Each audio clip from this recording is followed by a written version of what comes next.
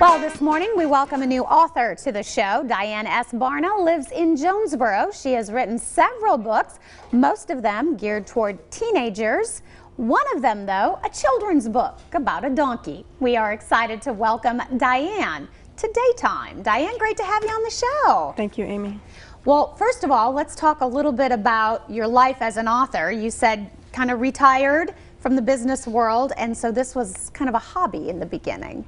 Started out that way, yes, and 2 books were written a number of years ago, these first 2. I had was going to go forward with them being published, but I didn't really get serious about it until last year when I finished the 3rd book.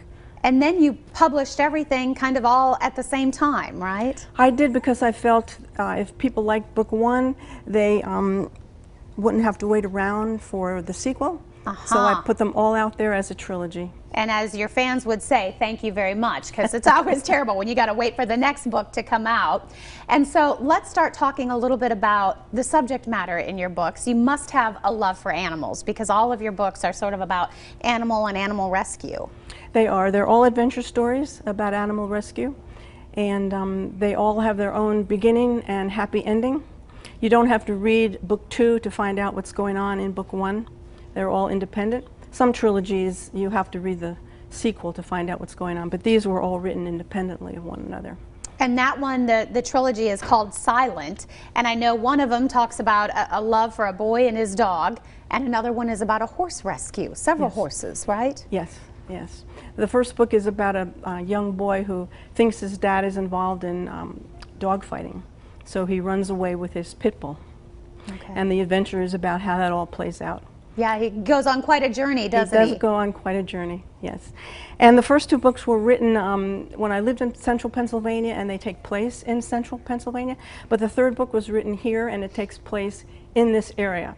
So towns like Greenville and Chuckey and Limestone and Jonesboro are all places in the book where something's happening.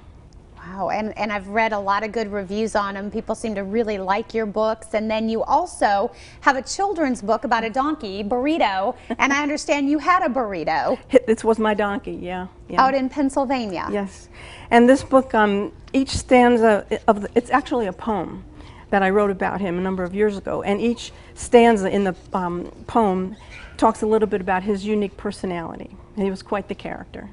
And we do know donkeys as a breed, too, seem to always have quite the personality. Oh, they are unique. They're very unique. He was a unique little guy. And pretty smart, too, yes, aren't they? Very intelligent. Yes, yeah. Very intelligent. And so what's next for you? You have this trilogy. You have a children's book. I was asking you before, are we going to continue to write?